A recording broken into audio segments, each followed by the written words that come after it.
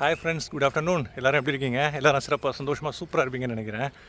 என்னடா இது ஒற்றையடி பாதையில் நடந்து வந்துட்டுருக்கேன் அப்படின்னு சொல்லிட்டு நீங்கள் கேட்குறது புரியுது.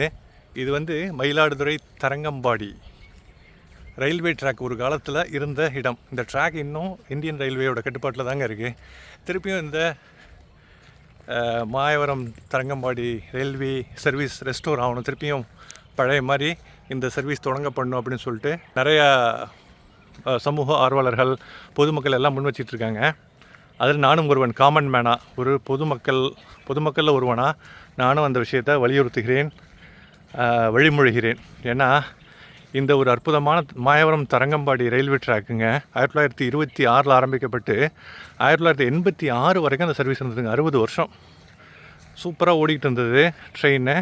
மாயவரத்துலேருந்து மன்னமந்தல் ஏவிசிக்கா, மன்னமந்தல் வழியாக செம்பனார் கோயில், ஆக்கூர், திருக்கடையூர், தில்லையாடி, பொறையார், அப்புறம் தரங்கம்பாடிங்க. மீனவ கிராமங்களினுடைய அவங்க லாஜிஸ்டிக்ஸ் அண்ட் டிரான்ஸ்போர்ட்டேஷனுக்கு மிகவும் உபயோகமாக, பொதுமக்களுக்கு போக்குவரத்துக்கு மிகவும் உதவிகரமாக இருந்த இந்த சர்வீஸ் 1986, 87 நிறுத்தப்பட்டது. என்ன காரணம்னா, அப்போ வந்து அந்தளவுக்கு லாபம் வரவில்லை, ஆப்ரேஷனல் சேலஞ்சஸ் அப்படின்னு சொல்கிறாங்க, நடைமுறை சிக்கல்கள் பல காரணங்களால்.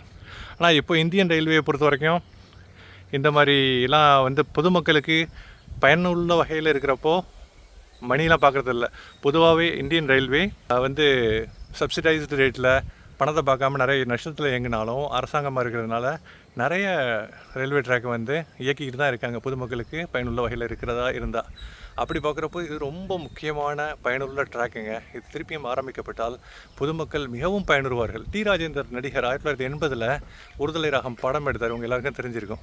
அது இந்த மன்னமந்தல் பகுதியில் இந்த மாயவரம் தரங்கம்பாடி ரயில்வே ட்ராக்கில் அந்த ரயில் மன்னமந்தல் வழியாக ரயில் போகிறப்போ மாணவர்கள் அந்த ரயிலில் பிரயாணம் செய்கிற மாதிரியான காட்சிகள் நிறைய காட்சிப்படுத்தப்பட்டன.